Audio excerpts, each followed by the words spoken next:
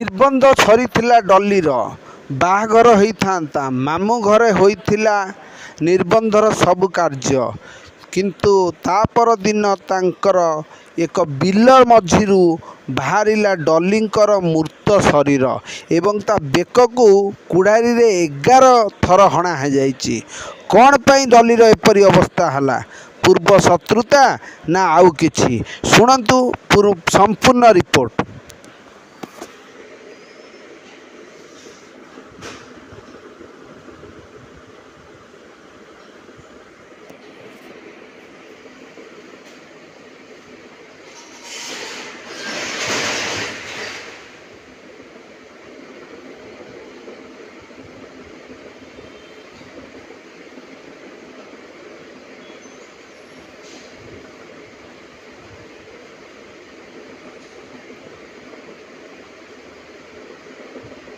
ସୁଗାରରେ କଣ ଡଲି ଯେ କି ଜଗତସିଂହପୁରର ଝିଅ, ଯାହାର ବିଭାଘର ଲାଗି ଯାଇଥିଲା ଏବଂ ମାମୁଁ ଘରେ ନିର୍ବନ୍ଧ ହେଇଯାଇଥିଲା।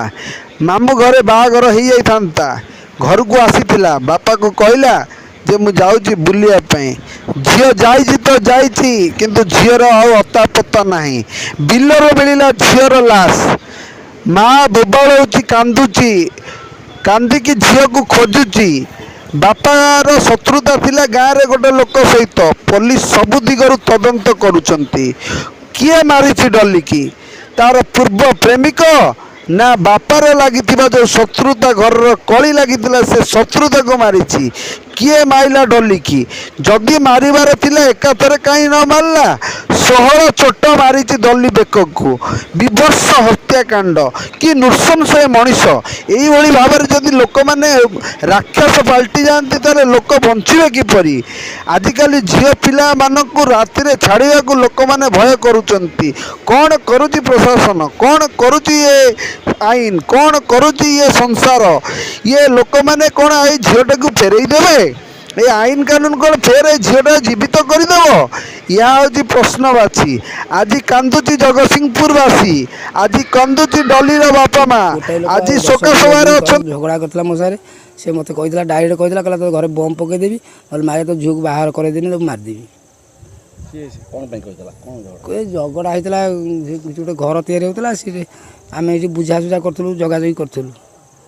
ଯୋଗାଯୋଗ କରିବା ଭିତରେ ସେ ଲୋକକୁ କହିବା ଭିତରେ ମୁଁ ଟିକେ ବାହାରି ପଡ଼ିଲି। ମୁଁ କହିଲି କାହିଁ କହୁଛୁ, ବାହାର ଲୋକଙ୍କୁ କହୁଛୁ କାହିଁ? ଏଇ ହିସାବରେ ଝଗଡ଼ା ହେଇଥିଲା।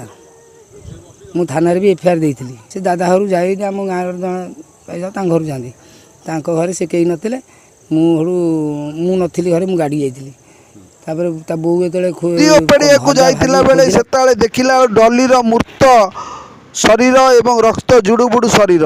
ଆକୁ ଦେଖିଲା ପରେ ପୋଲିସକୁ ଫୋନ୍ କରାଯାଇଥିଲା ଏବଂ ପୋଲିସ ଆଜି ତଦନ୍ତ ଜାରି ରଖିଛି। ଜଗତସିଂହପୁରର ଏ ନ୍ୟୁଜ୍ଟି। ଡଲି ଓରଫ ସସ୍ମିତା ଦାସ, ତାର ମୃତ ଶରୀର ଏଇଭଳି ଭାବରେ ପଡ଼ିଛି। ବାପା ମା କାନ୍ଦିକି ବେହୋସ। ବାପା ମା ମାନଙ୍କର ହୋସ ଉଡ଼ି ଯାଉଛି। କିଏ କରିବ ଡଲିର? କିଏ ପୋଛିଦେବ ଡଲି ଆଖିର ଲୁହ? ଡଲି ମା ଆଖିର ଲୁହ। ବହୁତ ଦୁଃଖରେ ଅଛନ୍ତି ମା। ଆମେ ନ୍ୟୁଜ୍ 24 ନ୍ୟୁଜ୍ ଆପଣଙ୍କୁ ଏଇ ନ୍ୟୁଜ୍ଟି ଜଣାଉଛୁ। ଡଲିକୁ ଯେଉଁମାନେ ମାରିଛନ୍ତି ତାଙ୍କୁ କଠୋରରୁ କଠୋର ସଜା ଦିଆଯାଉ ଏବଂ ଆମେ ତ ସରକାରଙ୍କୁ ଅପିଲ କରୁଛୁ, ଯେଉଁମାନେ ଦୋଷୀ ସେମାନଙ୍କୁ ଫାଶୀ ଦଣ୍ଡରେ ଦଣ୍ଡିତ କରାଯାଉ ଏବଂ ଡଲିର ବାପା ମା ମାନଙ୍କୁ ସାନ୍ତ୍ୱନା ଦିଆଯାଉ। ସାନ୍ତ୍ୱନାମୂଳକ ଭାବରେ କିଛି ଅର୍ଥରାଶି ଯଦି ପ୍ରଦାନ କରନ୍ତେ ଆମେ ବହୁତ ଖୁସି ହୁଅନ୍ତୁ। ମୁଁ ମୋହନ ସରକାରଙ୍କୁ, ଆମର ବିଜେପି ସରକାରଙ୍କୁ, ଆମ ଦେଶର ସରକାରଙ୍କୁ, ଲୋକଙ୍କ ସରକାରଙ୍କୁ ଅନୁରୋଧ କରିବି ନ୍ୟୁଜ୍ 24 ମାଧ୍ୟମରେ, ଉତ୍ତମ 24 ନ୍ୟୁଜ୍ ମାଧ୍ୟମରେ, ଯେ ଡଲିର ହତ୍ୟାକାରୀକୁ ଫାଶୀ ଦଣ୍ଡ ମିଳୁ ଏବଂ ଲୋକଙ୍କୁ, ଯେଉଁମାନେ ଏହାକୁ ଘଟେଇଛନ୍ତି ତାଙ୍କୁ କଠୋର ସଜା ମିଳୁ ଏବଂ ଡଲିର ଫ୍ୟାମିଲିଙ୍କୁ କିଛି ଅର୍ଥ ସାହାଯ୍ୟ ଦେଲେ ମୁଁ ଚିର ଉପକୃତ ଆମେ ହେବୁ। ମୋ ଚ୍ୟାନେଲ୍ ମାଧ୍ୟମରେ ଯେଉଁମାନେ ଏ ଭିଡ଼ିଓଟି ଦେଖୁଛନ୍ତି, ଏ ଭିଡ଼ିଓଟିକୁ ପ୍ରଥମେ ସବସ୍କ୍ରାଇବ୍ କରନ୍ତୁ ଏବଂ ସେୟାର କରନ୍ତୁ, ଯାହାଫଳରେ ଏ ନ୍ୟୁଜ୍ଟି ସବୁଆଡ଼େ ପହଞ୍ଚି ପାରିବ ଏବଂ ଡଲିକୁ ନ୍ୟାୟ ମିଳିପାରିବ। ସସ୍ମିତା ସାହୁ ଡଲି, ଯେ କି ଜଗତସିଂହପୁରର ଝିଅ, ଯାହାର ବାହାଘର ହେବାର ଥିଲା କିନ୍ତୁ ବାହାଘର ହୋଇପାରିଲା ନାହିଁ। ଝିଅ ବାହା ହେବ କ'ଣ, ମୃତ୍ୟୁରେ ବରଣ କଲା।